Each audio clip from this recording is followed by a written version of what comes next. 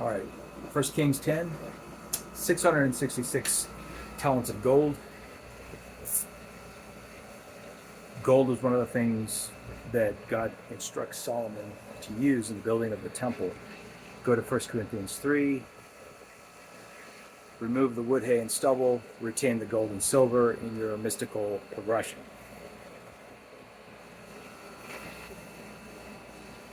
Fullness of the measure of the stature of Christ. Same thing as remove the wood, hay, and stubble. Retain this and be rewarded in your silver and gold.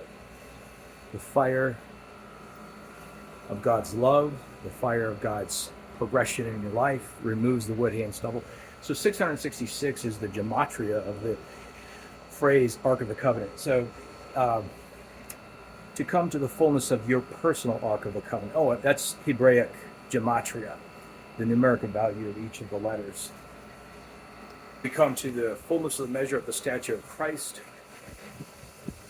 based on Adam walking in the cool of the day, meaning your spirit in the day that you, Luke 17:22, many days of the Son of Man. There's a day of legalism, a day of grace, a day of universalism, a day of activism. These are different days. Adam, the spirit. Eve, the soul. Adam, the spirit, comes to the fullness of the measure of the stature of Christ in legalism. Now he knows he's the same spiritual stature as his heroes of the faith, Franklin Graham, John Hagee, etc. His Eve pipes up if he's willing to be progressive and says, did God really say? And gives him upgraded fruit, which is forbidden fruit to the previous stature, the previous world, the previous aeon, the previous day of the Son of Man. Night comes, certainty becomes uncertainty, questions commence, grace is revealed. You come to the fullness of the measure of the stature of Christ in grace, the 666. This is wisdom. Revelation 13. Beast is pronounced good on day 6. Beast, man and beast are created on day 6. Both are called good. Adam is the spirit. Eve is the human part of you. Human can be bad or good, depending on this. Human is the power of choice. The soul has the power of choice. What kind of spirit it wants to create next to lead and guide it into the fruit of that day. So through the power of choice, your beast nature, beast does not mean evil. Ezekiel saw 4 holy beasts, a vision. John on Patmos sees 4 holy beasts. Nebuchadnezzar took from his human potential and used his beast for pride. So he had to see what was in him, like James and John wanted to call fire down from heaven. Jesus said to them, you don't know what's in your beast. You don't know what manner of spirit your human has created. You don't know what spirit you are of when you call fire down to destroy your enemies. We're not in that day of the Son of Man any longer, James and John. Nebuchadnezzar had to see that he was base, not exalted, base. He was exalted politically as a king, but he was base in his vibration, in his frequency. So God made him join the other beasts of the field and eat grass, and his body changed form. God said, until 7 times I've passed over you. 7 is perfection. 7 times to pass over you means you've perfected that revelation. This is, wow, this arrogance is not rewarding me the way I thought it would reward me. And Nebuchadnezzar repents and gives honor to God. 7 times. We perfect our beasts, our human, through the teachings given. And our headship, instead of 7 times passing over us, to come to the fullness of the measure of the stature of Christ, for that day, instead of 7 times, our headship is perfected.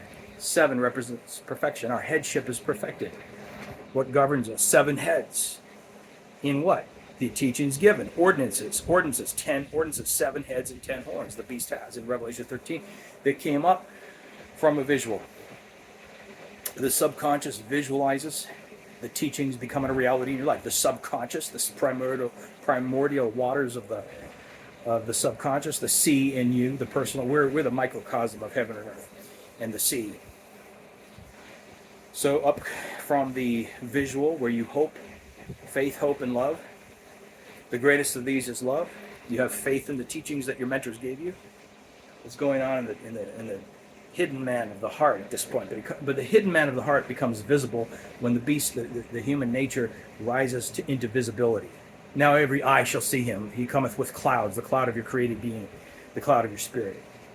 And you have now perfected the God you've known, but you do blaspheme. According to Revelation 13, you also blaspheme the God of heaven in the next evolution. The Pharisees came to the fullness of the measure of Moses, but they also blasphemed the God of Jesus.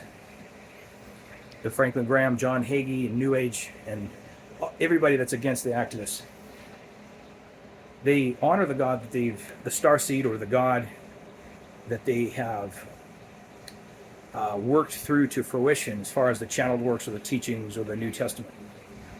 But they blaspheme the God of the next evolution. The Joshua and Caleb, that is the 5-point manifesto of the Black Lives Matter website. The 5-point manifesto deals with uplifting the elderly, the disabled, black, brown, gay, trans, Palestinians, uplifting marginalized people groups. That's the Sermon on the Mount for the coming era. Because in the coming era, the ethnicities and the gender spectrums and everything will equalize, harmonize, instead of hierarchy where one is white over black, straight over gay, etc. Hierarchy is the result of the age of Pisces, where the formula for spirit in all the religions was the spirit feeds off the soul's sacrifice. He feeds off of her sacrifice to him, her yieldedness to him. The soul-body fusion, where the human appetites are, were to yield to. The ego, the sense of self, the daily grind was supposed to yield to the place of no time in the spirit. But in the coming age, the spirit isn't going to feed off of the sacrifice of the soul. Romans 12:1, offer yourselves a living sacrifice to the spirit of the teachings. Instead of as in the age of Pisces, where the spirit was strengthened by the sacrifice of the human parts of you.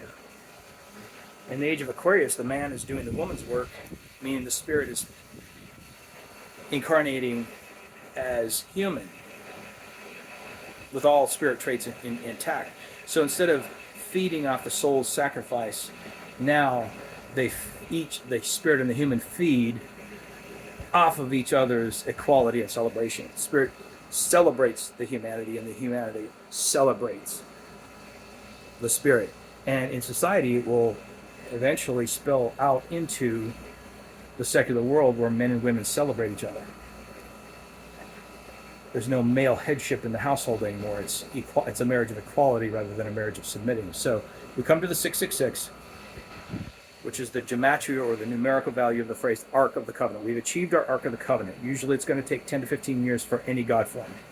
Legalism is a God form. Grace is a God form. So like I was watching the Gil Hodges show featuring Michael Basham, Don Basham's grandson. Don Basham was one of the architects of the New Apostolic Reformation and Shepherding movement. And together they affirmed that the Black Lives Matter movement was possibly demons inhabiting dead bodies, animating those dead bodies.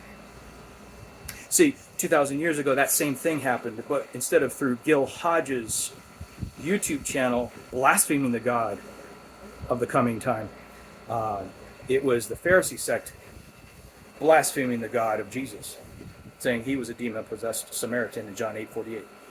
So how it works, you achieve the fullness, the 7 heads and 10 horns, the perfection of ordinances, and then you honor your God, but you blaspheme the next evolution every single time.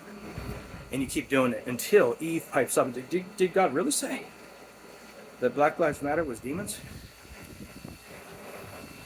And then Eve creates a new spirit, a spirit that now guides you into how to celebrate your humanity, not just your spirit.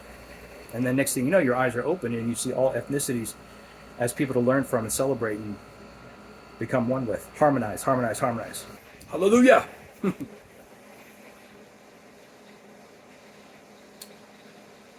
Let's sit with that. See where it takes